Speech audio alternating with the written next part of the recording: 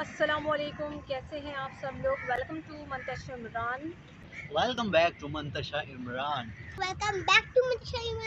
सो guys, आज फिर हम दोबारा से कराची यूनिवर्सिटी आ चुके हैं। हम आज आए हैं फिर कराची यूनिवर्सिटी। आज हम लोग आए हैं कराची यूनिवर्सिटी और वो रहा कराची यूनिवर्सिटी का गेट।